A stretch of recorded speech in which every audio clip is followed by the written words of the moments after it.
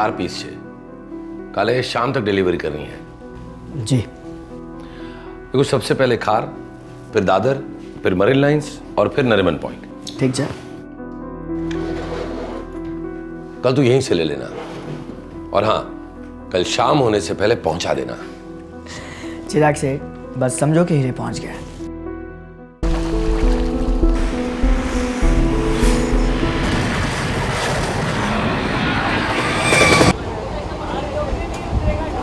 Shift के timing क्या लगा?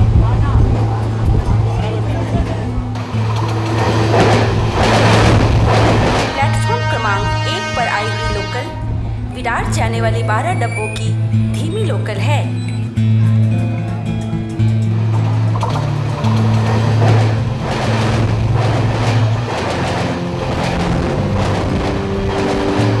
अगला स्टेशन विरार।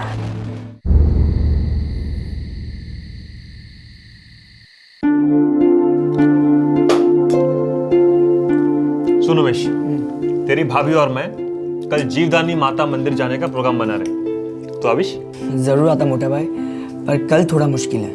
कल 4 डिलीवरी है, एकदम खास। शुभ बात है यार। मुंबई आए हुए तुझे सिर्फ 6 महीने हुए और तू पूरा का पूरा मुंबई वाला हो गया। काम के अलावा किसी और चीज के लिए टाइम ही नहीं। अरे मोटा भाई ऐसी कोई बात नहीं है, पर क्या है ना, चिराग सेठ का हिसाब ही कुछ अलग है। जो बड़ी बड़ी डिलीवरी होती ना वो सिर्फ मुझे देते हैं, उन्हें और कोई नहीं चलता। वैसे एक बात कहूं, तुम दोनों भाई काम करते हो हीरे का, पर एकदम जीरो। दोनों में से किसी ने भी आज तक मुझे इतना सा भी हीरा नहीं दिलवाया। भाभी, साल खत्म होने से पहले आपके गले में हीरो का हार होगा। तो चुप कर। अरे जीवदानी माता की कृपा रही ना तो गले का हार बनेगा ही बनेगा। वाह, शुभ जमानो आवे छे भाई। हैं?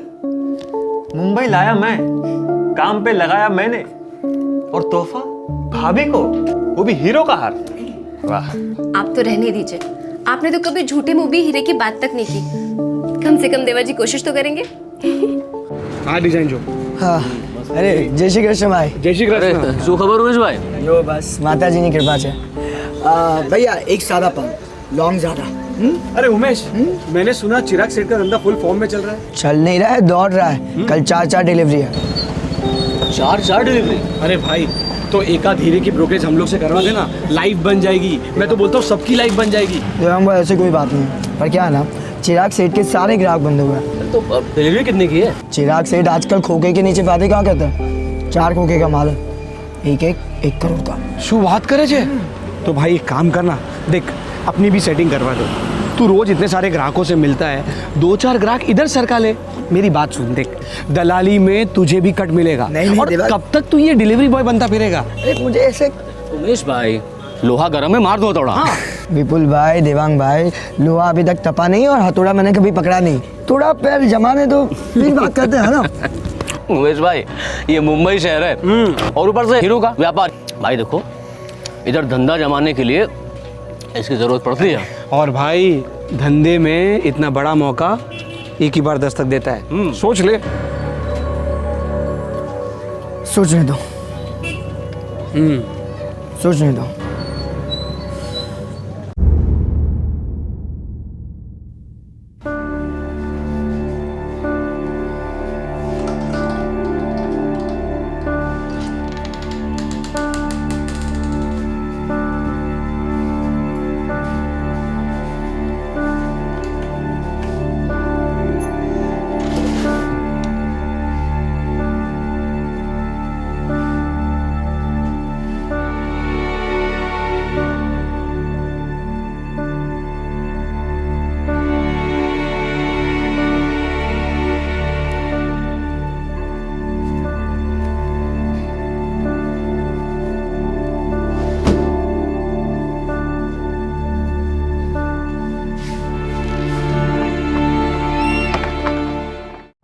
सत्रह नवंबर 2011 मुंबई।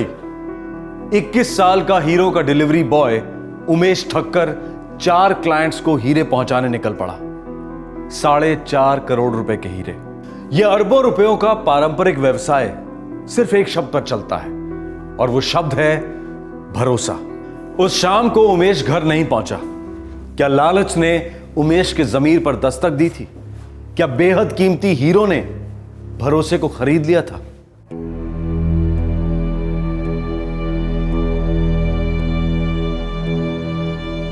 आपके द्वारा डायल किया गया नंबर फिलहाल स्विच ऑफ है। शोधायु नंबर लगा? ना, नॉट रीचेबल छे। बहुत बड़ी डिलीवरी थी। मुझे तो बहुत डर लग रहा है। हे जीवतानी माता, हमारे देवर जी को जल्दी से घर ले आइए। कुछ नहीं अंकल, क्यों? तू ठीक तो है ना? जो ने करो फोन से समझ गए। हेलो, हाँ સુરેશ ભાઈ, જય શ્રી કૃષ્ણ। સુરેશ ભાઈનો ફોન છે। हाँ सुरेश भाई, जय श्री कृष्ण। कैसा लगा माल? मुझे क्या पता चिराग भाई, मेरे हाथ में तो माल आया ही नहीं। ये आप क्या कह रहे हैं सुरेश भाई? उमेश तो सुबह ही लेकर निकल गया था। अरे चिराग भाई, मेरे यहाँ उमेश आया ही नहीं। क्या?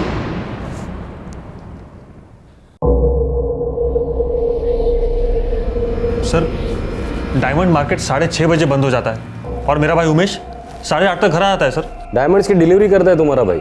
जी सर, आज उसकी 4 डिलीवरी थी, सभी बड़ी बड़ी। सर, ये है मिस्टर चिराग, डायमंड मर्चेंट। ये भी उमेश ठक्कर को लेकर ही कंप्लेन दर्ज कराने आए हैं। जय श्री कृष्ण चिराग सेठ, हमारा उमेश घर नहीं पहुंचा और उसने मेरा हीरा भी नहीं पहुंचाया। डिलीवरी कहाँ करनी थी उसे? खार, दादर, मरीन लाइंस और नरीमन पॉइंट।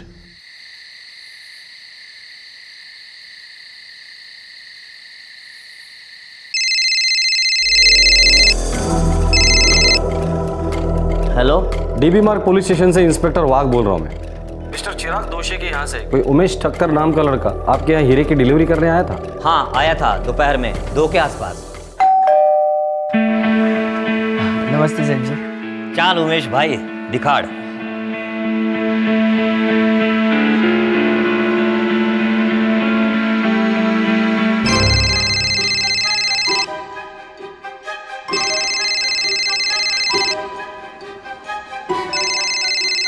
हाँ, उमेश 3:30 को डिलीवरी करके गया। 4:30 बजे डिलीवरी की थी उमेश ने।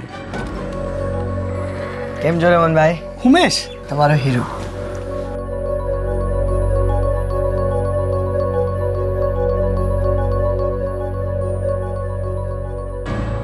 उमेश ने 4 में से 3 हीरे डिलीवर किए थे। देखिए सर, उमेश मेरा बहुत ही खास लड़का है। चौथा हीरा जो सुरेश भाई को डिलीवर नहीं हुआ था, कीमत क्या होगी उसकी? 1.25 करोड़। सर, सेल अभी भी रिचेबल नहीं है सर। टीम को लास्ट लोकेशन ट्रेस करने के ऑर्डर दे दिए हैं मैंने। ठीक है। ये आपके सुरेश भाई, इनकी पेमेंट आ चुकी थी? हाँ सर, आ चुकी है पूरी की पूरी। और अगर नहीं भी आई होती तो सुरेश भाई अगर कोई गफला करे तो मैं अपना पूरा धंधा छोड़ दूं। मेरे बहुत ही पुराने क्लाइंट है वो। आप मिस्टर दीपक, आपको आपके भाई ने इस डिलीवरी के बारे में कुछ बताया था? सर, उमेश मुझे हर डिलीवरी के बारे में बताता था। मुंबई में आकर उसे 6 महीने हुए थे ना? जी। इसके पहले आपका भाई कहाँ रहता था और क्या करता था? सूरत की एक हीरो की फैक्ट्री में हीरो की पॉलिशिंग का काम करता था। मुंबई क्यों आया था? वहाँ उसे मजदूरी काफ़ी कम मिलती थी। जो उमेश, तू मेरा छोटा भाई है, मेरा घर तेरा घर, लेकिन मुंबई ना तो तेरी है ना तो मेरी है। यहाँ तुझे सीढ़ी के एकदम नीचे से धीरे धीरे ऊपर चढ़ना पड़ेगा। मोटा भाई, मैं खून पसीना एक कर दूंगा। मुझे ब्रोकर बनने में पूरे 3 साल लगे। मैं कुछ भी करने के लिए तैयार हूँ, जो मिले वो। बस एक बार मुझे हीरो के बाजार में एंट्री मिल जाए।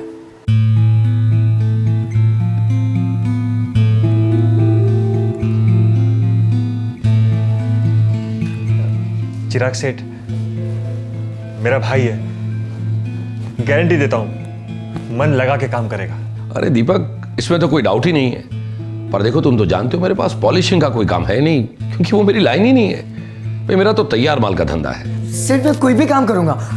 हाँ, मुझे एक डिलीवरी बॉय की जरूरत है। करेगा? जरूर करूंगा, क्यों नहीं। जो तू दीपक नो भाई छे, तो दीपक पर जितना भरोसा रखा है उतना ही भरोसा तुझ पर रख रहा हूं। हमारी जबान से सेठ, उमेश ईमान का पक्का है। पिछले 6 महीने से पूरी लगन से काम कर रहा था उमेश। मेरा एकदम खास डिलीवरी बॉय बन गया था वो। तो 6 महीने के बाद अचानक एक हीरे के साथ उमेश गायब कैसे हो गया? सर, ये सच है कि हीरा नहीं पहुंचा है। ये भी सच है कि उमेश गायब हुआ है, लेकिन उमेश हीरा गायब नहीं कर सकता। वो ऐसा नहीं है सर। ठीक है, हम सुबह तक इंतज़ार करते हैं। अभी तक उमेश के सेलफोन का आखिरी लोकेशन भी पता नहीं चला है। जैसे ही आखिरी लोकेशन पता चल जाएगा, सारी सच्चाई भी सामने आ ही जाएगी।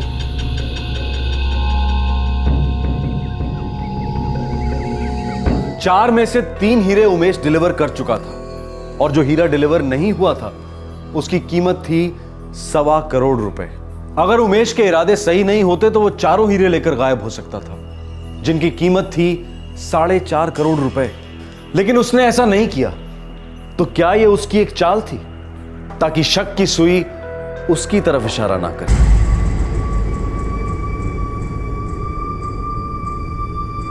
1.25 करोड़, ये एक हाथ लग गया ना, वही बहुत है। मामला थोड़ा ठंडा हो जाए तो इसको तोड़कर बेच डालते हैं। सर, हमने उमेश के सेलफोन की लोकेशन ट्रेस कर ली है। कहाँ थी लोकेशन? सर, गिरगांव, 5:15 बजे। लेकिन सर उसके बाद से उसका नंबर कंटिन्यू बंद बता रहा है। गिरगांव में तो चिराग का ऑफिस है, जहाँ उमेश काम करता था। जी हाँ, और वो वहाँ से सीधा नरीमन पॉइंट जाने वाला था, जहाँ पे चौथे हीरे की डिलीवरी होनी थी। लास्ट किस नंबर से बात की थी उसने? 299898777671। सर, ये नंबर तो मुंबई का ही है। पता लगाओ किसका नंबर है ये। Yes sir.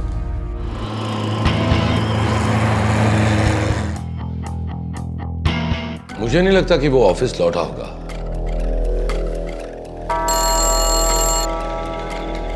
जी साहब। नामदेव, कल शाम 5 बजे के बाद उमेश ऑफिस आया था? नहीं साहब। ठीक है, तुम जाओ। उमेश ने तीसरा हीरा मरीन लाइन्स डिलीवर किया था 4:30 बजे। चौथा हीरा उसे डिलीवर करना था नरीमन पॉइंट। ज़्यादा से ज़्यादा 15 मिनट लगते थे उसे। और उसका मोबाइल का लास्ट लोकेशन डिटेक्ट हुआ है गिरगांव, यही कहीं आसपास, 5:15 बजे के करीब। बड़ी अजीब बात है, वो इस इलाके में क्यों आया होगा? किसी से मिलने आया होगा।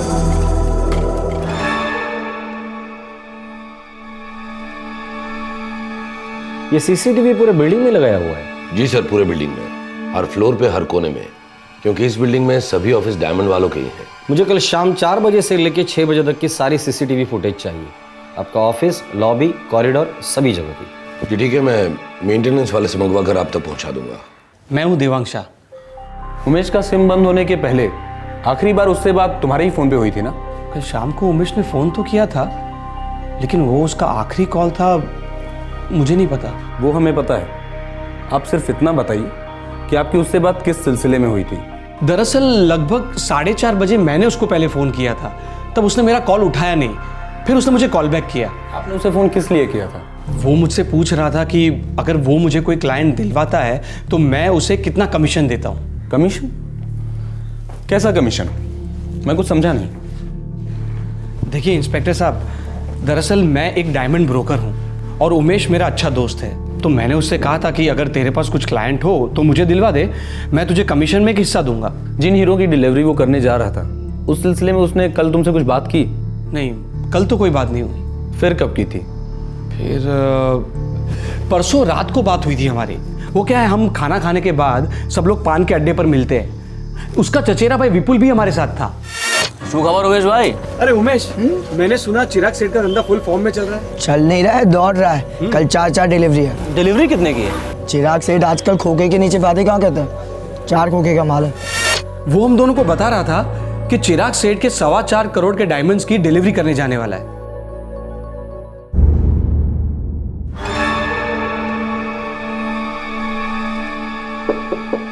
आओ।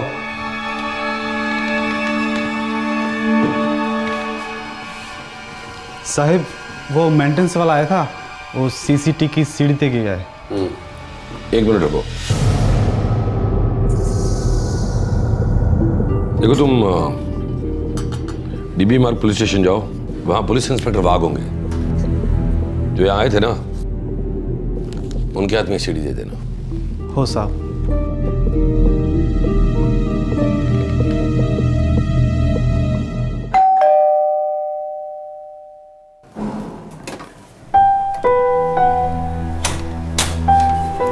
विपुल भाई, आप?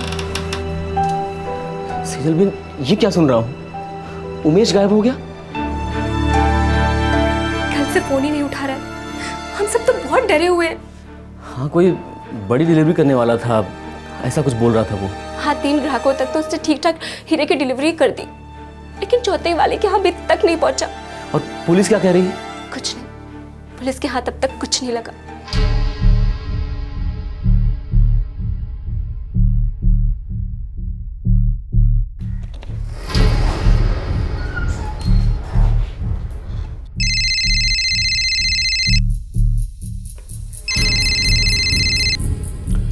नमस्कार, इंस्पेक्टर वाघ बोलते हैं। हेलो इंस्पेक्टर, मैं चिराग बोल रहा हूँ। अभी अभी पंचगिरी पुलिस स्टेशन से मुझे फोन आया था। किस बारे में? उन्हें उमेश मिल गया है।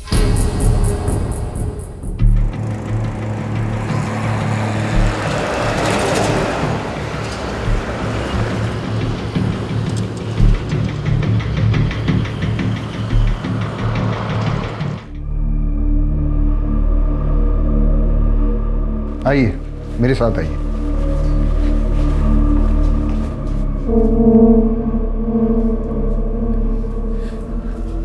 उमेश, उमेश,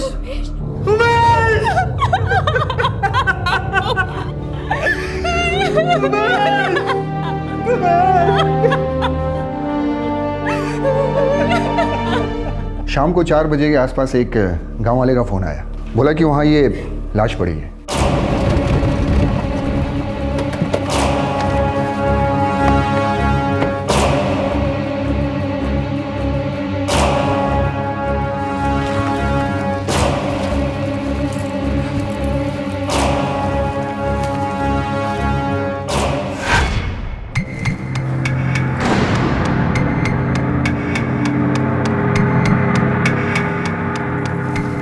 मर चुका है।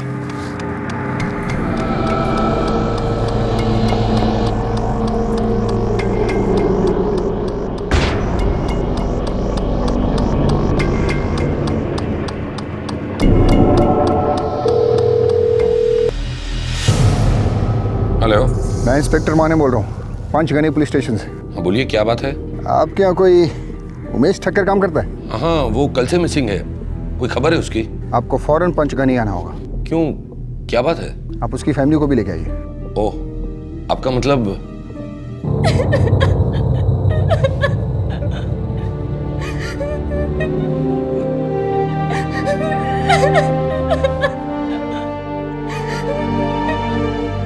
पोस्टमार्टम करवाया, मौत गला घोटने से हुई है। कितने बजे हुई थी मौत? बॉडी मिलने के करीब 12 घंटे पहले। मतलब 18 नवंबर की सुबह 4 बजे। और उमेश तो 17 तारीख की शाम से गायब था। आई एम सॉरी इंस्पेक्टर, वो उमेश के पास से, मेरा मतलब डेड बॉडी के पास से एक हीरा मिला है क्या? जी नहीं, इसके एम्प्लॉय आइडेंटिफिकेशन कार्ड के अलावा कुछ नहीं। एक बात और, इसका हाथ टूटा हुआ था। ऐसा लगता है जैसे जमीन से टकराने से टूटा है। या फिर जमीन पर फेंक दिया होगा उसे, या फिर उसकी लाश को।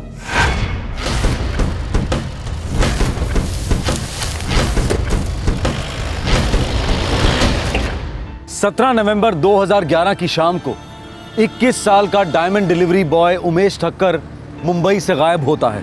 दूसरे दिन 18 नवंबर को उमेश की लाश मिलती है पंचगनी पुलिस को, झाड़ियों के बीच। पोस्टमार्टम रिपोर्ट कहती है मर्डर। किसने किया था उमेश का कत्ल, और लाश पंचगनी कैसे पहुंच गई? कत्ल मुंबई में हुआ था या पंचगनी में, या फिर कहीं और? कई सवाल एक साथ उठ रहे थे, और एक सवाल था 1.25 करोड़ का। वो चौथा कीमती हीरा कहां था?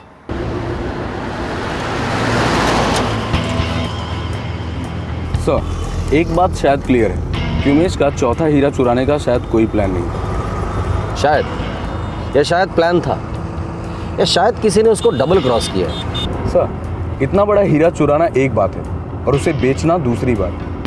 सर, मुझे लगता है कि शायद ये काम किसी ऐसे बंदे का है जो डायमंड बिजनेस से बिलोंग करता हो। इस केस में जितने भी लोग जुड़े हैं सभी के सभी डायमंड बिजनेस को बिलोंग करते हैं।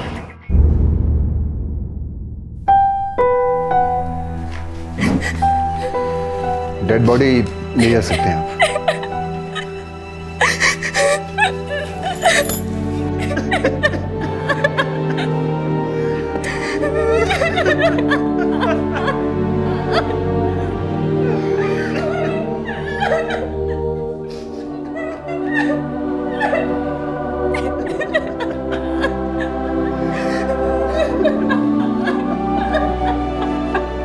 देखिए, ट्रांसपोर्ट का सारा खर्चा मैं दूंगा।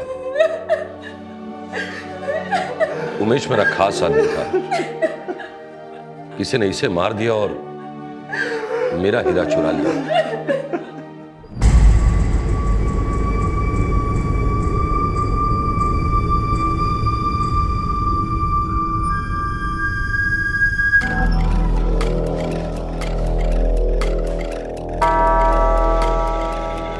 तड़पदे हो सकता है सीसीटीवी फुटेज से हमें कुछ लीड मिल जाए।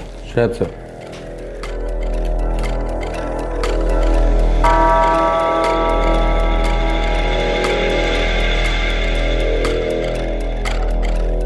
उमेश, ये 4:55 को उमेश ऑफिस आया था।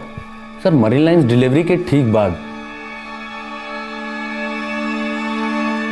उमेश किसी का तो इंतजार कर रहा था।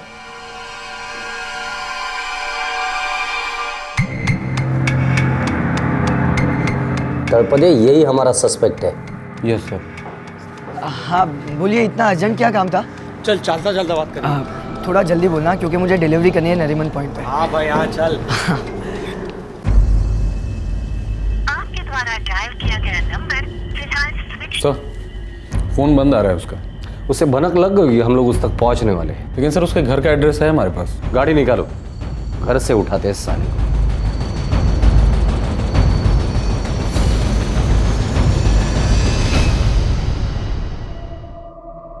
अरे भाई आप पीस तो देखो एक बार। पीस देख के हैरान हो जाओगे और हमारा डिस्काउंटेड प्राइस सुन के आप डबल हैरान होगे। हाँ हम अभी निकल रहे हैं, सुबह तक पहुंच जाएंगे। अरे विपुल भाई जल्दी करो ना, जल्दी निकलते हैं यहाँ से। मैं आपको बाद में कॉल करता हूँ। जी चलो चलो चलो भाई जल्दी जल्दी लॉक कर दो।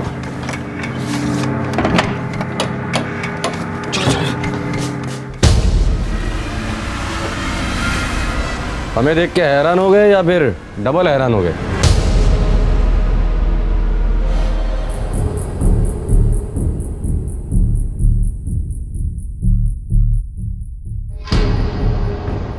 विपुल सेठ और देवांग सेठ और कितने सेठ लोग इन्वॉल्व है इस कांड में? विपुल उमेश का चचेरा भाई था और देवांग उमेश का खास दोस्त था। ये दोनों भी डायमंड बिजनेस में काम करते थे।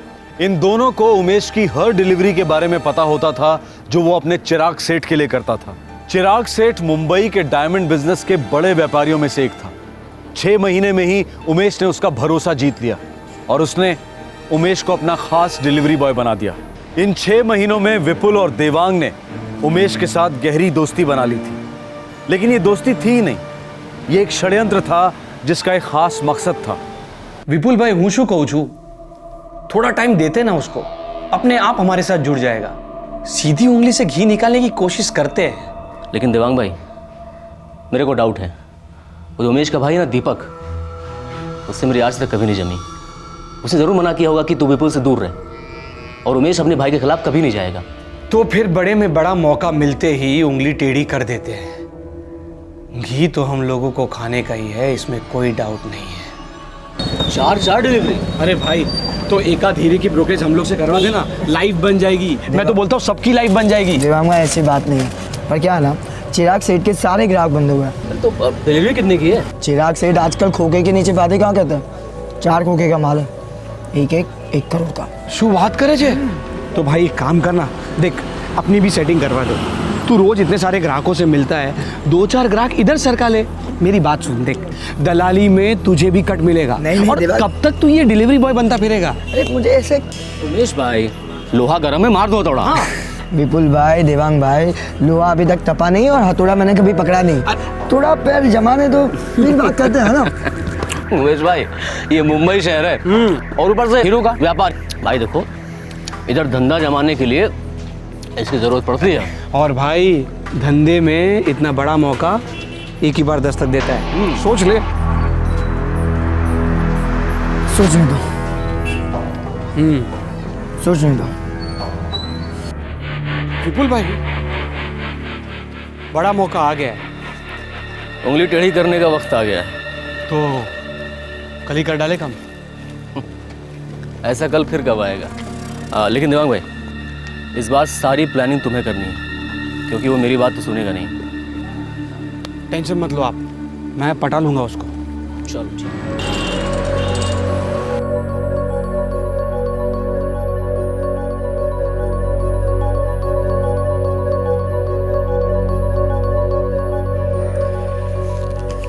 ये ले बेटा, रख ले। नहीं नहीं, ये मैं कैसे ले सकता हूँ? अरे रख ले बेटा, रख ले। बड़ी ईमानदारी के साथ काम कर रहा है, रख ले। नहीं नहीं, चिराग सेठ मुझे ये काम की जितनी तनख्वाह देते हैं बस उतने पे ही मेरा हक बनता है। वाह भाई वाह, तेरे चिराग सेठ के हाथ तो हीरा लग गया, हीरा। ऐसे काम करते हैं, एक दिन जरूर चमकेगा। जय श्री कृष्ण देवांग भाई, आपने जब मुझे फ़ोन किया था तब मैं डिलीवरी पे था। बोलिए क्या काम है? अच्छा सुन, मेरे पास एक प्लान है, पर तेरे को पहले शांति से सुनना पड़ेगा। देवांग भाई, मैं बहुत जल्दी में हूँ, मुझे नरीमन पॉइंट पहुँचना है, वो हीरे की डिलीवरी करनी है। बोलिए। अरे राजा, मैं उसी हीरे की बात कर रहा हूँ। देख, उस 1.25 करोड़ के हीरे के लिए मेरे पास एक जबरदस्त क्लाइंट है। अरे शुरुआत करो छो देवांग भाई, ये हीरा चिराग सेठ का, ग्राहक सुरेश भाई नरीमन पॉइंट वाले, मैं तो उन दोनों के बीच का डिलीवरी बॉय हूँ। आप मेरे साथ ये ग्राहक की बात क्यों कर रहे हो? क्योंकि तेरा जो चिराग सेठ है ना, वो मेरी बात तो सुनेगा नहीं। हाँ, और जो मेरा ग्राहक है ना, वो सुरेश भाई से भी ज्यादा रकम देने के लिए तैयार है। और दूसरी बात, पर चिराग सेठ जो है ना, वो तो सुरेश भाई को हीरा बेचेगा। पर अगर तू चिराग सेठ को पटाकर वो हीरा मेरे ग्राहक को बिकवा देगा ना, तो सुन, चिराग सेठ की नज़र में तू बहुत ऊपर आ जाएगा। नहीं नहीं, मुझे इतनी कोई जल्दी नहीं है देवांग भाई लाइफ में, लेकिन फिलहाल मैं बहुत जल्दी में हूँ, मुझे नरीमन। अरे राजा से 5 मिनट के लिए मिलना चाहता हूँ बस। पहले तू मेरी फिर पूरी बात सुन। देख, मैं ना धंधे की बात कर रहा हूँ, कोई चोरी डकैती की बात नहीं कर रहा हूँ। ठीक है, एक काम करते हैं, मैं जल्दी से जल्दी ये डिलीवरी करता हूँ और फिर हम मिलते हैं। अरे नहीं, मेरी बात सुन। देख राजा, देख मैं क्या बोल रहा हूँ, 5 मिनट के लिए मिलना सिर्फ। हाँ, फिर तू तेरे डिलीवरी पे चले जाना। देख, तेरे को दोस्ती की कसम है बस। हाँ ठीक है, एक काम करते हैं, हम जल्द से जल्द, तुम मेरी ऑफिस के नीचे आ जाओ, मैं भी नीचे आता हूँ, हम वहीं मिल लेंगे। ठीक है? हाँ राजा, मैं 15 मिनट में पहुंच रहा हूँ। 21 साल का उमेश एक ईमानदार कामगार था। वो अपना काम दिल से और ध्यान लगाकर करता था, लेकिन दिल से सोचने से उमेश का ध्यान हट गया। वो अपने दोस्त देवांग का दिल नहीं दुखाना चाह रहा था, इसलिए उससे मिलने के लिए राजी हो गया। ये भूल मासूम उमेश की जिंदगी की सबसे बड़ी और आखिरी भूल साबित हुई।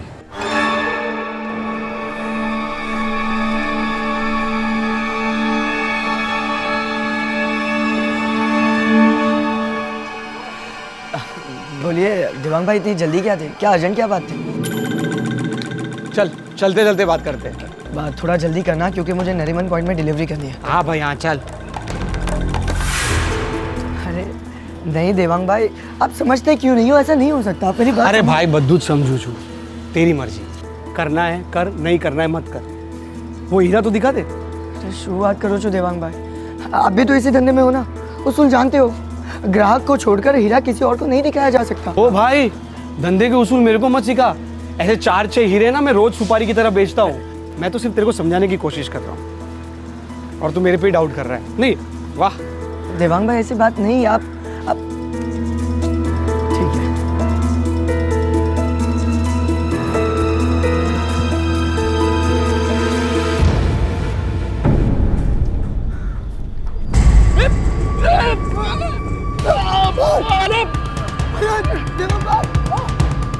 अरे वो तो चल, अरे पकड़ो पकड़ो, अरे पकड़ो उसको, पकड़ो।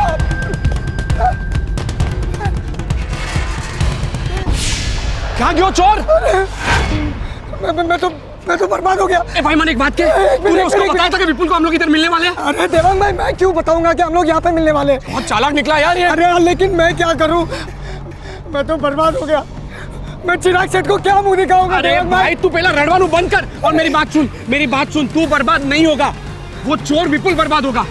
मुझे मालूम है उसका खास ग्राहक कौन है। तू मेरे साथ चल, मैं अब भी तेरे को मिलाता हूँ। तू चल मेरे साथ। लेकिन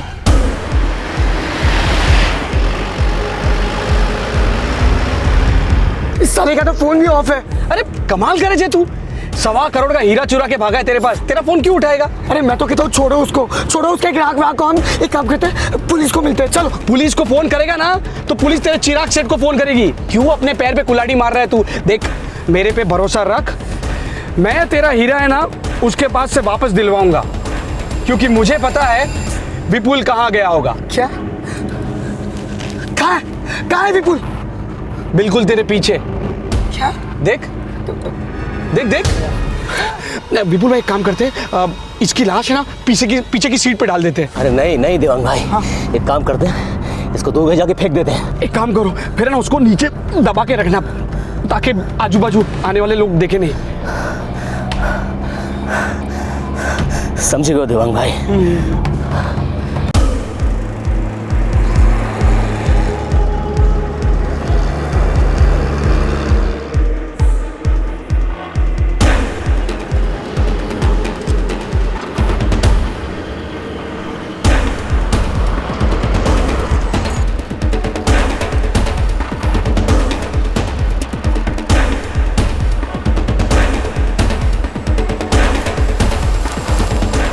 विपुल भाई 1.25 करोड़ का हीरा काट काट कर बेचेंगे। हाँ, और तब तक उमेश भाई की लाश को यहाँ के जंगली जानवर खा जाएंगे काट काट कर।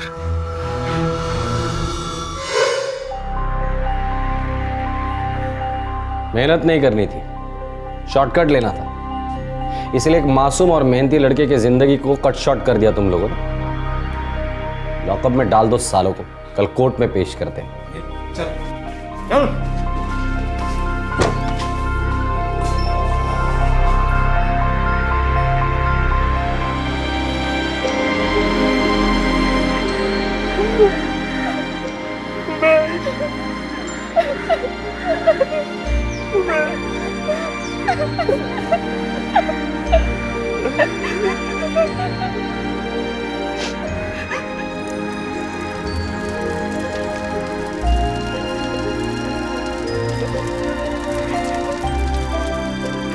लड़का हीरा था और उसकी तकदीर में चमकना नहीं लिखा था।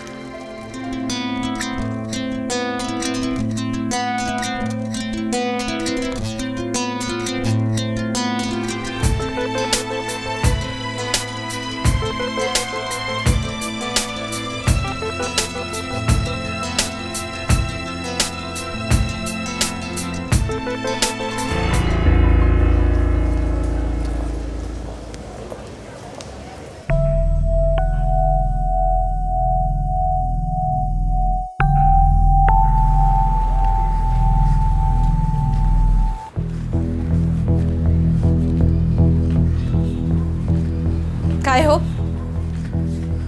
पैसा क्यों नहीं दिया मेरे को अभी तक? है नहीं तो किधर से दूं? जब जुड़ जाएगा तो भिजवा दूंगा। 3 महीने से यही कैसेट बजा रहे हो, कैसेट सुन सुन कर घर नहीं चलता मेरा। तो क्या भूखे पेट सोती है उस वसंत के साथ?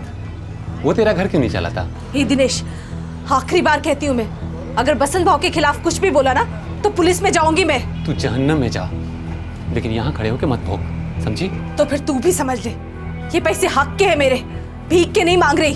अगर आज के आज मुझे पैसा नहीं मिला ना तो पुलिस आएगी तेरे से मिलने।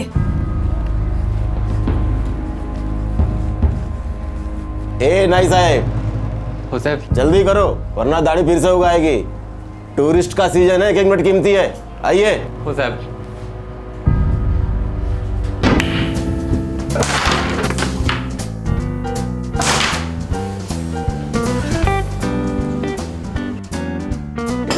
Shot, very good.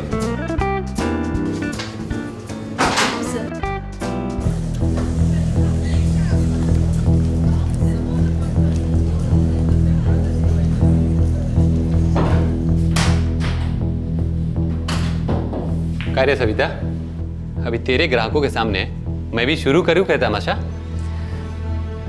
पैसे देने की ताकत नहीं है और धमकी देने निकला है तू। पैसे तो मैं लेके आया है, लेकिन एक फूटी कौड़ी भी नहीं दूंगा तेरे को। कर ले जो करना है। हे दिनेश, तेरे को वार्निंग मिला ना, सविता को परेशान नहीं करने का करके वार्निंग मिला ना, तेरे को वापस जेल का हवा खाने का क्या? बसंत भाऊ, आप गलत कर रहे हो। मेरी छोड़, तो अपनी गलती देख पहले। तुम लोग का तलाक के टाइम पे कोर्ट ने तेरे को ऑर्डर दिया था कि इसका जो भी महीने का घर खर्च बनता है तेरे को देना पड़ेगा और टाइम पे देना पड़ेगा। दिया था कि नहीं? बड़ी फिक्र है आपको सविता की। अरे बीवी मेरी थी, पैसे मैंने देने थे, जो भी हुआ वो हम दोनों के बीच की बात है। फिर आप बीच में क्यों आग लगा रहे हैं? दोनों के बीच कुछ सुलग रहा है क्या? देख दिनेश, जबान को लगाम दे। मुझे भला बुरा बोलता है, मैं चुपचाप सुन लेती हूँ, लेकिन बसंत भाव का नाम गंदा किया ना तो मैं चुप नहीं बैठने वाली, समझा तू? देखे दिनेश, सविता मेरे प्ले जोन में काम करती है, मेरी इज्जत करती है और मैं उसका शुभ चिंतक है, समझा? तेरा इधर हर बार आकर के इस तरह से हंगामा करने से क्या होने वाला है? अरे इसका जिंदगी बिगाड़ के तेरा जिंदगी तो सुधरने वाला है ना। इसका जो भी महीने का बनता है चुपचाप से दे दे टाइम पे। और सुन, सविता से दूर रहे, आखिरी वार्निंग दे रहा हूं तेरे को।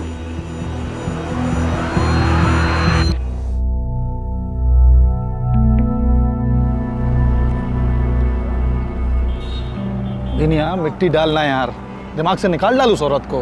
श्रीकांत, मैंने कब का दिमाग से निकाल दिया, लेकिन वो मेरे से पैसे निकालने के लिए धमकाती है ना सर पे। एक तो मेरा बच्चा छीन लिया और ऊपर से वो बसंत भाव, वो गेम करता रहता है, चाबी मारता है। तू इधर रहता है ना, इसलिए तेरा बैंड बजता है। मैं क्या बोल रहा हूँ, तू यहाँ महाबलेश्वर से किधर बाहर चला जा, वाई में नहीं तो पूना में धंधा डाल, कभी तक ढूंढेंगे तेरे को। ये वसंत भाव भी कम चैप्टर नहीं है, पता है तेरे को? अपनी बीवी को उधर मुंबई में बैठा के रखा है और इधर मेरे बीवी के साथ मस्ती मारता है साला। अरे वो और 4 लोगों की बीवी को हड़प सकता है, हजम भी कर सकता है, तू कुछ नहीं कर पाएगा उसका यार। ऐसा में बहुत ताकत होती रे भाई। पैसे क्या ऊपर लेके जाएगा, नरक में सड़ेगा साला।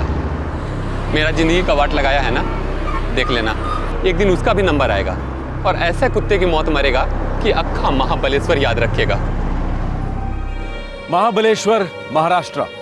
हनीमून्स के लिए मशहूर इस खूबसूरत इलाके में एक तलाकशुदा जोड़ा दिनेश और सविता आए दिन मेंटेनेंस के लिए लड़ते रहते थे। महाबलेश्वर बाजार में नाई की दुकान चलाने वाले दिनेश का गुस्सा पास के प्ले जोन के मालिक वसंत पर दिन ब दिन बढ़ता जा रहा था।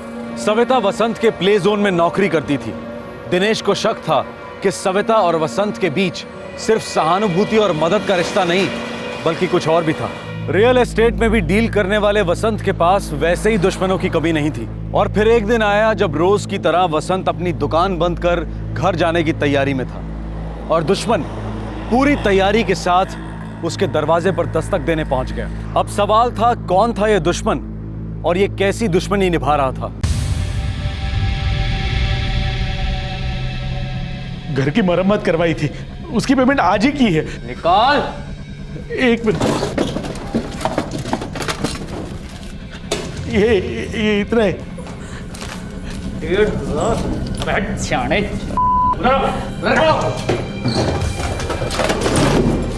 बाजी में देख रहे? अबे कुछ नहीं है, शाने के पास तो है। ये पैसा कहाँ रखता है? जल्दी बोल, वरना बोलने के लायक नहीं रहेगी। बोल। जो कुछ है वो यही है और ये सच है। दोनों को अंदर ले चलो, अपने स्टाइल से पूछवाता है इनसे। चल बता, पैसा कहाँ रखा है? पैसा नहीं है, सच कह रहा हूँ, आई शपथ। चीरो तो जरा इसके घर को। साला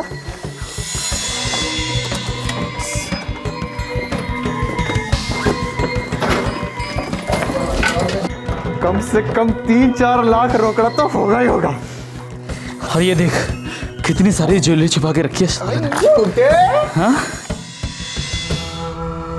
झूठ बोला हमसे, फालतू में इतनी मेहनत करवाई। तुमको जो मांगता था वो मिल गया ना, अब तो छोड़ दो मुझे।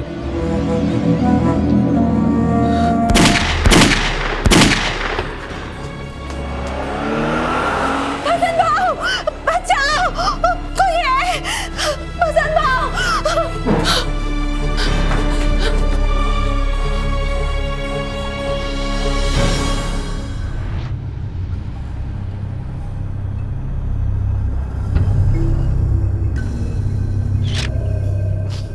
सर, घर का चप्पा चप्पा ढूंढा था उन लोगों ने।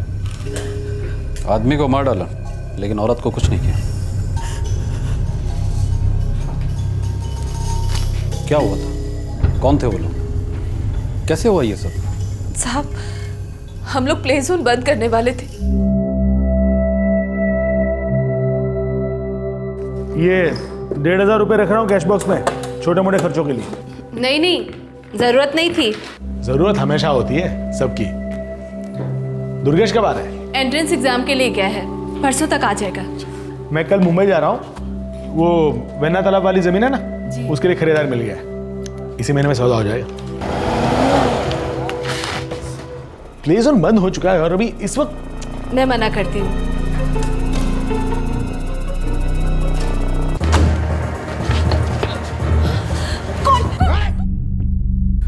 वसंत भाई को गोली मारी, लेकिन तुम्हें मारने के लिए लौटे नहीं। नहीं सर, मैंने पहले गोली चलने की आवाज सुनी और फिर गाड़ी शुरू होने की आवाज। तो तुम चिल्लाई नहीं, खुद को खोला कब? मेरे मुंह पर पट्टी बंधी थी साहब। पट्टी खुलते ही मैं चिल्लाने वाली थी कि तभी गोली की आवाज सुनी। मैं बहुत डर गई साहब, और जब गाड़ी की आवाज सुनी उसके बाद मैंने अपने आप को खोला। दुर्गेश कौन है? मेरा लड़का है साहब, सतारा गया हुआ है इंजीनियरिंग के टेस्ट के लिए, 11वीं में पढ़ता है। दुर्गेश, ये तुम्हारे पहले पति दिनेश से, जिसकी मार्केट में एक नाई की दुकान है। हो साहब, दिनेश दुर्गेश का पिता है। अच्छा, जब गाड़ी बाहर रुकी थी तो तुमने उसे देखा था? हो साहब। उसके नंबर पर ध्यान गया था? नहीं, लेकिन MS02, हाँ, और सफेद रंग की एम्बेसडर थी।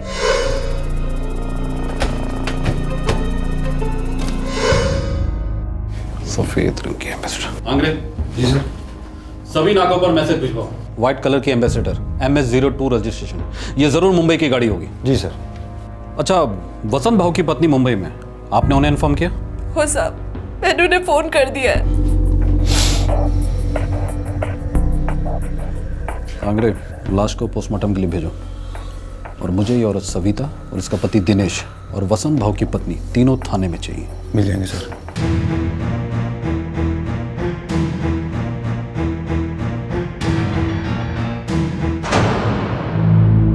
तीन गोलियां बॉडी से बरामद हुई हैं। तीनों काफी क्लोज रेंज से चलाई गई थी, यही कोई 1-2 फीट की दूरी से, और एक गोली सीने को चीरती हुई चली गई एंड डेथ वाज इंस्टेंट। गलती से फायरिंग नहीं हो सकती डॉक्टर, एक गोली सीधा सीने में लगी है, मकसद साफ है, ये फायरिंग मर्डर के इरादे से हुई है। पर यह भी हो सकता है कि पहली गोली गलती से चली हो और बाकी की दोनों गोलियां उस गलती को छुपाने के लिए चलाई गई। हो सकता है डॉक्टर, लेकिन एक बात मेरी समझ में अभी तक नहीं आ रही है कि सविता को क्यों नहीं मारा गया है, सिर्फ वसंत को निशाना क्यों बनाया गया? सर, सारे नाके रेड अलर्ट पर हैं, लेकिन सर वो वाइट एम्बेसडर अभी तक स्पॉट नहीं हुई है। और हाँ सर, कुल मिलाकर 3 लाख रुपए कैश और 3.25 लाख के जेवर चोरी हुए हैं। चोरों के चेहरे ढके हुए थे और चोरी हो चुकी थी, फिर जानबूझकर वसंत भाव को मारा गया, क्यों? मुझे इस औरत सविता पर शक हो रहा है। सर, वसंत की बीवी मुंबई से आ चुकी है, थाने में वेट कर रही है। गीता सबनिस, वसंत भाव सबनिस की धर्मपत्नी। जी। आप मुंबई के मुलुंड इलाके में कोचिंग क्लास चलाती हैं? जी, गीता कोचिंग सेंटर। क्या आपको पता था कि यहाँ एक औरत थी, सविता? उसने मुझे फोन करके बताया, वो इनकी एम्प्लॉय थी। यहीं प्ले जोन में रहती थी? इन्होंने हमारे प्ले जोन के अंदर ही कुछ एडिशनल कमरे बनवाए थे। सविता अपने पति को छोड़ चुकी थी, इनको उस पर बहुत दया आई और नौकरी के साथ साथ उसको रहने की जगह भी दे दी। दोनों के बीच कोई अफेयर वगैरह? नहीं सर, मेरे पति बहुत भरोसेमंद थे। क्या सविता भरोसेमंद है? किस हिसाब से? सविता का हाथ हो सकता है इस मर्डर और चोरी में? मुझे नहीं पता, लेकिन मुझे नहीं लगता हो सकता है।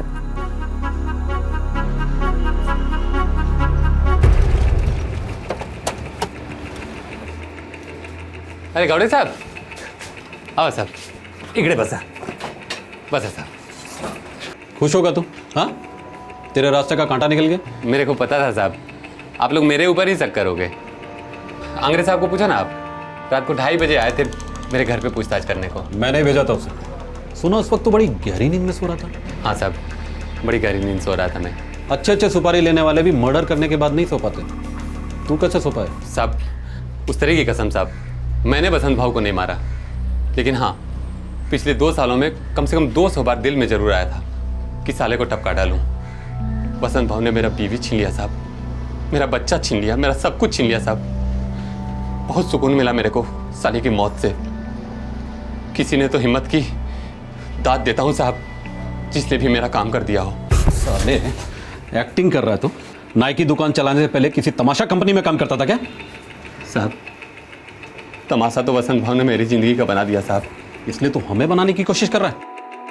एड़ा बनकर पेड़ा खाने की कोशिश मत कर। मेरी नजर है तुझ पर, जिस दिन भी भनक लगी ना बहुत भारी पड़ेगा। बॉडी हैंडओवर की उसकी पत्नी को। अब तक तो क्रियाक्रम भी शुरू हो गया होगा सर। हम भी शुरू हो जाते हैं आंग्रे। सविता को हटाओ। जी सर। तो तीनों के चेहरे ढके हुए थे। हो साहब।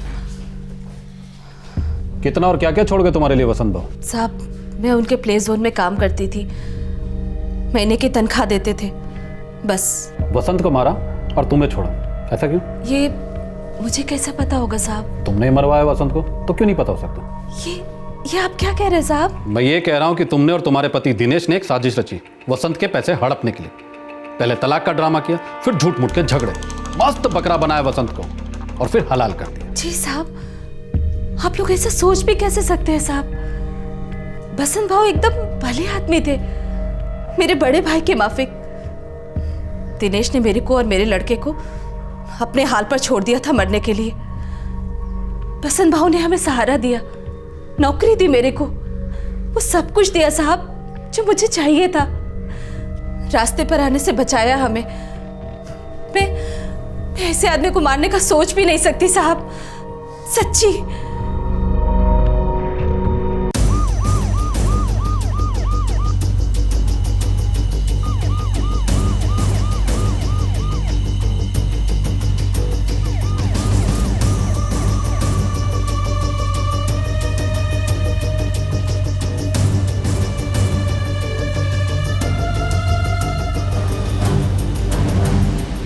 सर, इलाके के सारे हिस्ट्री शीटर्स को राउंड अप किया, अंदर बाहर छानबीन करी, कुछ नहीं मिल रहा है सर। साहब ये वसंत भाव ने तो कई लफड़े पाल रखे थे।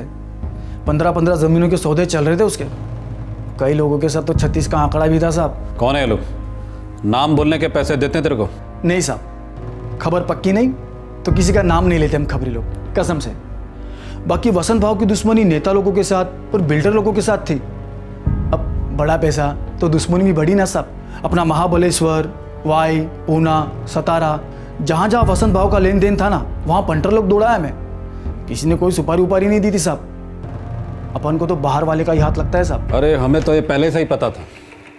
हमें तो बस ये पता लगाना है कि ये बाहर वाले हाथ यहाँ किस हाथ के साथ मिले थे। सब ये फायरिंग वायरिंग फर्स्ट टाइम हुआ अपने महाबलेश्वर में। ऐसा लफड़ा कभी हुआ नहीं अपने एरिया में। अपने को तो कुछ और ही एंगल लगता है साहब। कान जमीन से लगाए रखना। आपको बोलने की जरूरत ही नहीं है। लेकिन साहब आप बता रहे थे कि गाड़ी का रजिस्ट्रेशन मुंबई का था। हाँ, वैसे आंग्रे हमने उस वाइट एम्बेसडर के बारे में मुंबई पुलिस को खबर दे दी है ना? जी सर। और मुझे ये लफड़ा मुंबई का ही लगता है। लेकिन मुंबई महाबलेश्वर जितना छोटा नहीं है, घास में सुई ढूंढनी होगी। पिक्चर पोस्टकार्ड जैसे सुंदर महाबलेश्वर की क्राइम हिस्ट्री में शायद ही कभी फायरिंग से मर्डर हुआ था। सभी आधे अधूरे सबूत मुंबई की तरफ इशारा कर रहे थे। पूरी संभावना लग रही थी कि वसंत सबनिस को मारने की सुपारी मुंबई में दी गई होगी। अब सवाल यह था कि सुपारी किसने दी थी और क्यों, और यह तभी पता चल सकता था जब शूटर्स पकड़े जाते। और शूटर्स के बारे में अब तक कोई सुराग नहीं मिला था, पर अनुमान लगाया जा रहा था कि वो शायद मुंबई को ही बिलोंग करते थे।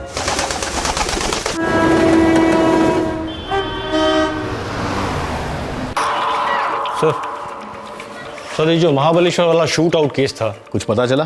सर वसंत भाई की मिसेस कोचिंग क्लास चलाती है, गीता कोचिंग क्लास। उसके सारे एंगल छान मारे, कोई खबर नहीं।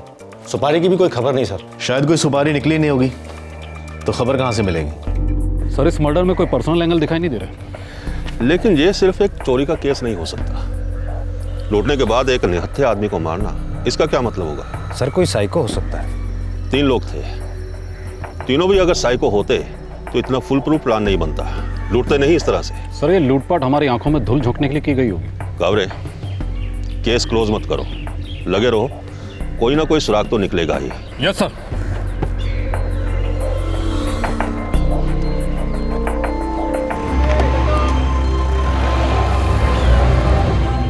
इस केस को हुए 1 महीना बीत चुका था, लेकिन इस केस में अब तक कोई प्रोग्रेस नहीं हुई थी। जैसे जैसे और समय बीतता गया, सभी को लगने लगा कि ये चोरी का केस था जिसमें फायरिंग एक्सीडेंटली हुई थी। शायद ये सोची समझी सुपारी किलिंग नहीं थी।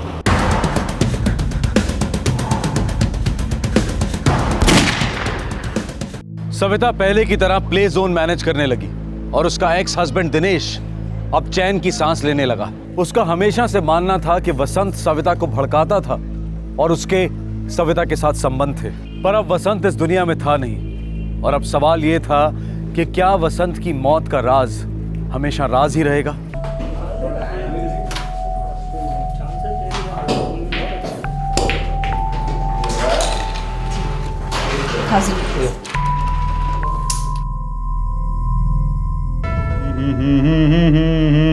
क्या बात है दिनिया, बहुत खुश लग रहा है। अरे सर का बोझ हल्का हो गया श्रीकांत भाई, अब तो झिकझिक भी नहीं करती साली। पुलिस कितना भी सर फोड़ ले, अक्खा महाबलेश्वर खोद डाले, हम लोगों को टच नहीं कर पाएगी। तो अपन ने कहाँ कुछ किया, जो भी हुआ वो ऊपर वाले की मर्जी से। श्रीकांत भाई सचमुच वो भाई लोग आसमान से टपके थे। हाँ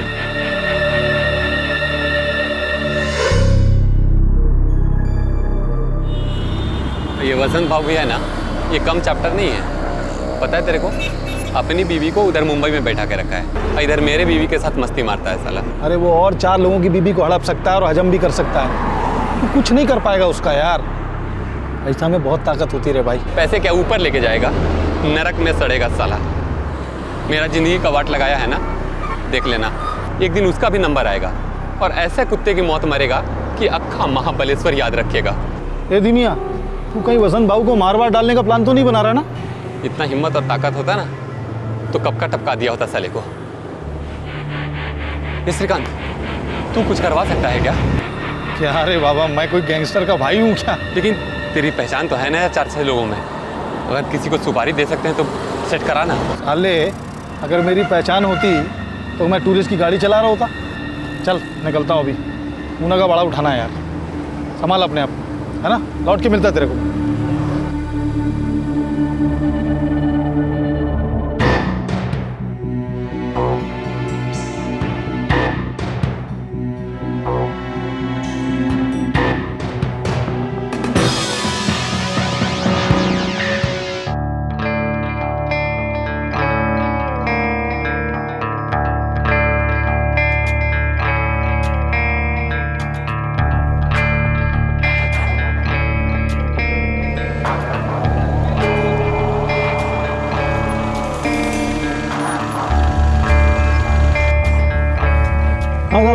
यार गाड़ी बंद पड़ गई है, आगे ढाबे तक छोड़ दोगे क्या? 800 रुपये लगेगा भाई। क्या बात कर रहे हो यार? यार खाली गाड़ी जा रही है, वो भी इतनी रात गए, कुछ तो रहम कर। अरे हमारा टूरिस्ट गाड़ी है, क्या रात क्या दिन मीटर डाउन नीचे रहता है। मंजूर हो तो बोलो, नहीं तो जाने दो। चलता हूँ मैं। ठीक है यार, चल यार।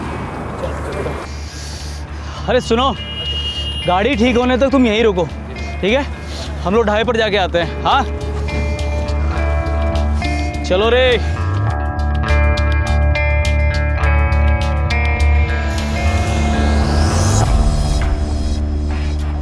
सामान संभाल के रखा है ना?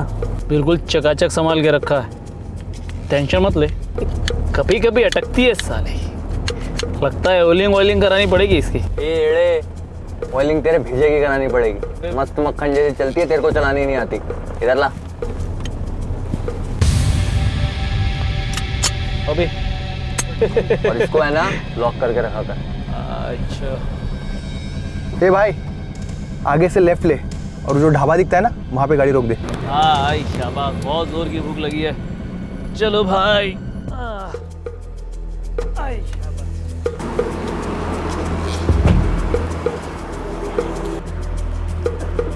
भाई साहब,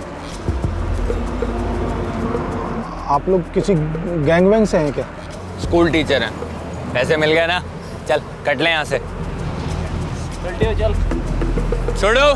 कहाँ मर गया? काट लगा भाई के लिए। ये श्रीकांत, तू कुछ करवा सकता है क्या? क्या रे बाबा, मैं कोई गैंगस्टर का भाई हूँ क्या? लेकिन तेरी पहचान तो है ना 4-6 लोगों में, अगर किसी को सुपारी दे सकते हैं तो सेट कराना।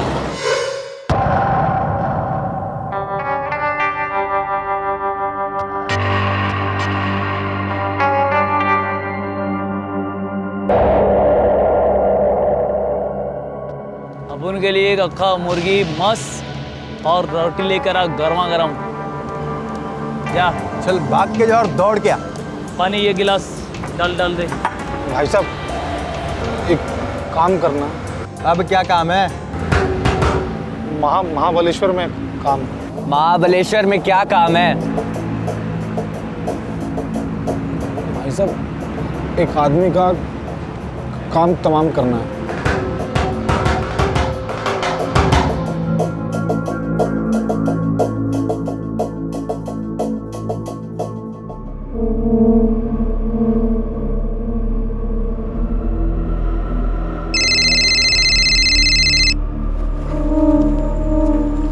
हाँ श्रीकांत बोल, तेरा पुणे का भाड़ा हो गया इतना जल्दी?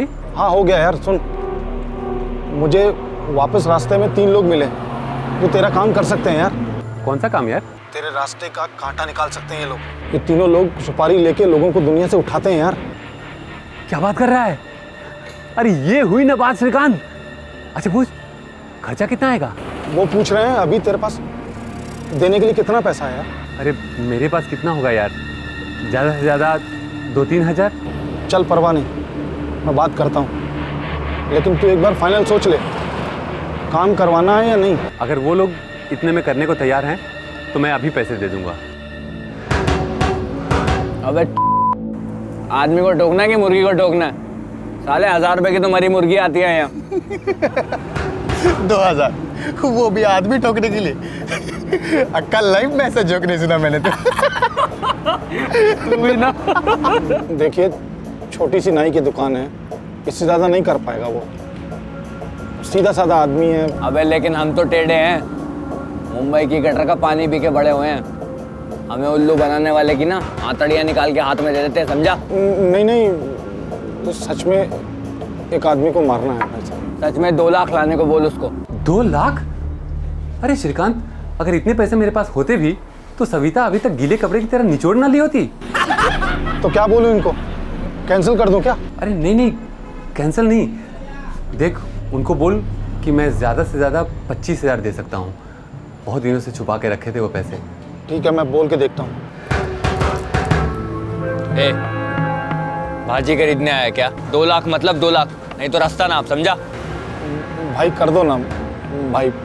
चल फ्री में ठोक देता हूँ तेरे को। ठोको ठोको। नहीं भाई, निकल यहाँ से। भाई कर लेते हैं ना। 25 में पूरी सुपारी। येड़ा हो गया क्या? कोई सुनेगा ना मुंह पे थूकेगा। कोई सुनेगा तब ना, जरा सोचो। 25,000 में हम अपना गोवा का पूरा खर्चा निकाल सकते हैं, क्या बोलते हो? हाँ भाई, थोड़ा सोचो। साला अपनी तकदीर में लिखा था ये, नहीं तो इतनी जल्दी ताबड़तोड़ कभी सुपारी मिली है क्या आज तक? कर ले क्या? कर लेते भाई। हाँ बोल दो। बोल दो। बातों बातों में बड़े ही कैजुअल तरीके से दिनेश ने अपने टूरिस्ट गाड़ी चालक दोस्त श्रीकांत से जिक्र किया था कि वो वसंत को मरवाना चाहता है, जो उसकी एक्स वाइफ सविता की तरफदारी कर रहा है। उसी रात को एक अजीब इत्तेफाक होता है। श्रीकांत 3 सुपारी किलर से टकरा जाता है जो दरअसल गोवा जा रहे थे कुछ दिनों छिपने और अय्याशी करने के लिए। बड़े कैजुअल तरीके से बातों बातों में सौदा पक्का हुआ, प्लान बना और इस प्लान को अंजाम भी दिया गया। अबे येड़ा तो हड्डी भी खा गया। मजा आ गया। अबे ठंडी वगैरह तो। अबे कब आएगा वो? आ रहा है, बस फोन किया है उसको अभी। आ गया भाई साहब। छुआ साला। दुनिया यही हैं वो तीनों भाई लोग। अबे अब थोपड़ा क्या देख रहा है? रोकड़ा निकाल।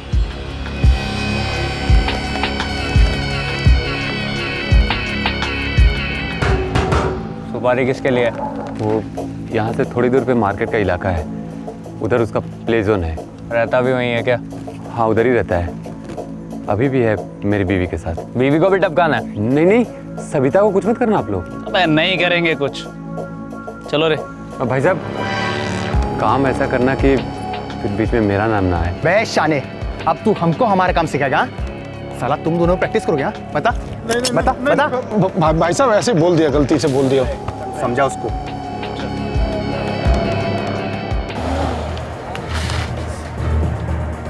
तुमको जो मांगता था वो मिल गया, अब तो छोड़ दो मुझे।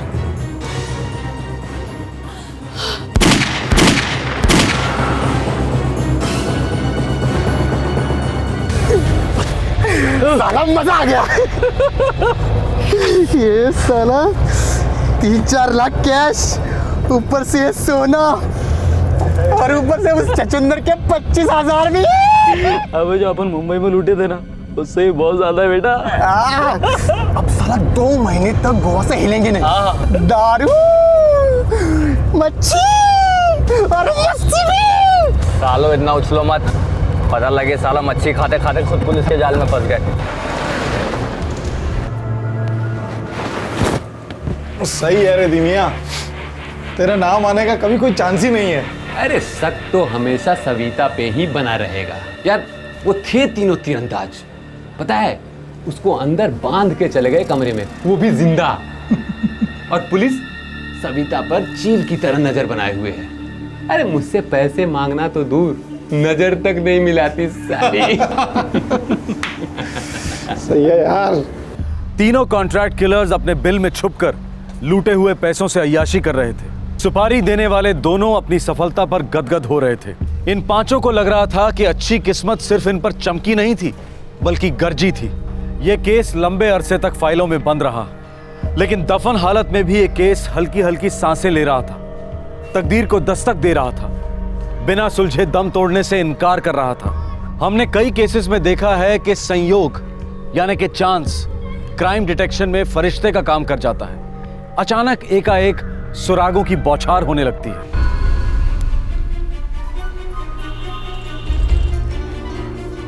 सर, इरफान खबरी आया है। बुलाओ उसको। तो चिकलवाड़ी घाट को ऊपर गए तीनों, पक्की खबर है ना? 100% पक्की खबर है सर। खबरी के बारे में खबर दे रहा हूँ आपको। क्या मतलब? सर वो तीनों में से एक रफीक है, रफीक खबरी सर, आप जानते हो उसे? रफीक, वो साला विक्रोली वाला? हाँ साहब, मैंने सुना है रफीक आउट ऑफ लाइन गया है। उसने एक उस्मान और एक राजेश के साथ मिलकर गैंग बना ली है। बोल ना, बोल और बोल। साहब, कांजूरमार्ग रेलवे स्टेशन के पास एक ज्वेलरी की दुकान है, उसे लूटने की पूरी फील्डिंग कर ली है वो लोग ने। कभी करने वाले ये लोग ऐसा? आज शाम को साहब, जब पूरा स्टेशन भीड़ से घचाघच भरा होगा। भोसले, उठा लेते हैं उनको। और कुछ? अक्टूबर में थाने में जो ज्वेलरी की दुकान लूटी गई थी, महावीर ज्वेलर्स। हाँ साहब, इन तीनों ने ही लूटी थी और फिर वहां से गोवा निकल गए थे। Very good Irfan. Bhosale sir, team ready कर। देख, मैं गाड़ी लेकर सिग्नल पर रहूंगा, तुम लोग फट करके चढ़ जाना। ठीक है, हम लोग माल लेकर पब्लिक में घुल मिल जाएंगे और वहीं से भंडू पहुंचेंगे। बरोबर? बराबर, एकदम बरोबर। और एक बात ध्यान रहे, पब्लिक में ज्यादा भागा दौड़ी करने का नहीं। आप टेंशन मत लो।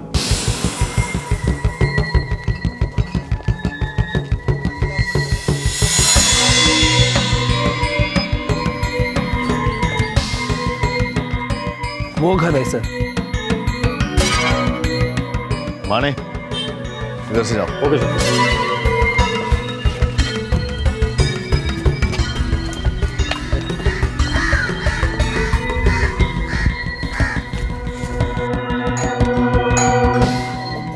अबे अब कौन होगा बे? किसी को बुलाया था क्या? चाय वाला होगा, सुबह से 10 बार पैसे के लिए पूछ के गया। मैं देता हूँ साले को खर्चा पानी।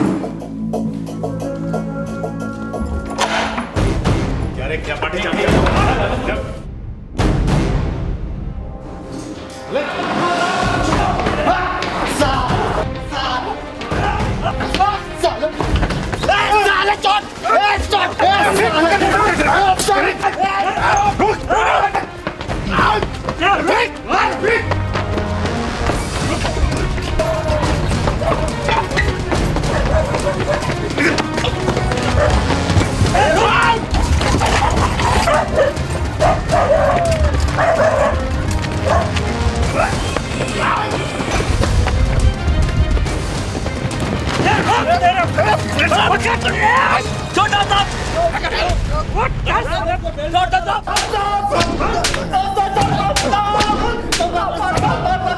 पिछले 3 महीने में जहां जहां डाके डाले हैं सब उल्टी करो जल्दी।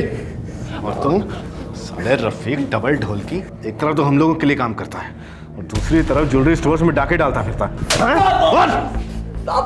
पैसों की सॉलिड गरज थी साहब, इसीलिए ये पहला काम करने वाला था साहब। इससे पहले कुछ नहीं किया साहब, सच्ची कहता हूँ साहब। पता नहीं साहब ये प्लान कैसे लीक हो गया। लोग के बाप हैं हम, हैं? अगर तेरे को पाना है ना तो तेरे जैसे 36 को जेब में रखता हूं मैं। अक्टूबर में थाने के महावीर ज्वेलरी स्टोर को लूटा था कि नहीं? नहीं साहब, नहीं की थी साहब। बोल। साहब, हाँ लूटा था। तो माल किधर उड़ाया? गोवा की एक दुकान में बेचा साहब। गोवा कैसे गया तू? कौन है तेरा उधर? साहब अब तीनों ने थाने स्टेशन से कार चुराई, एम्बेसडर, उसी में गोवा पहुंचे हम। गाड़ी किधर है? गाड़ी किधर है?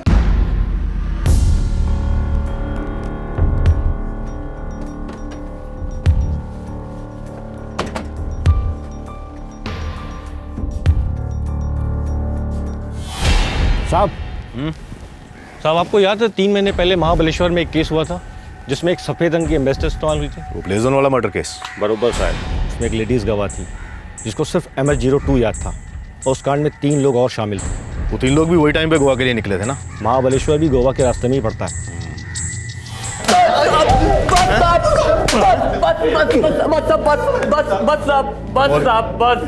साहब वो जो महाबलेश्वर का प्ले जोन वाला था साहब, उसको हम ही ने ठोका था साहब, लूटा भी था साहब।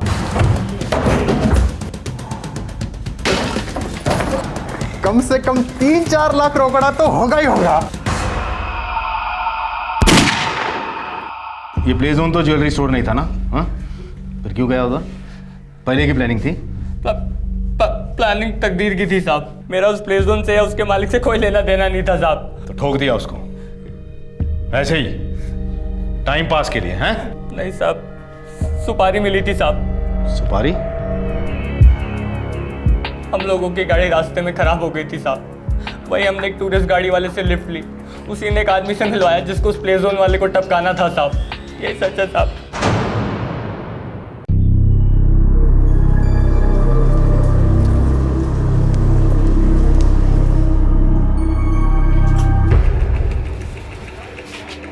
अरे गौड़े साहब, अब वसंत भाव मर्डर केस में मेरे पे शक करना कब छोड़ेंगे? आज सुबह छोड़ दिया, बस तुझे पकड़ने आए, केस क्लोज करने आए। चल साहब, चल साहब, मैंने कुछ भी नहीं किया साहब। साहब आपको मैंने कुछ भी नहीं किया साहब। चल अंदर चल। अरे साहब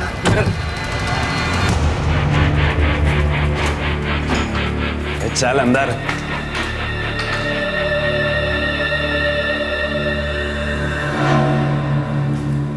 अरे श्रीकांत, ये पुलिस वाले हम तक कैसे पहुंच गए? अरे वो तीनों सुपारी वाले पकड़े गए, हम लोग का नाम बोल डाला हमने। Thank you sir.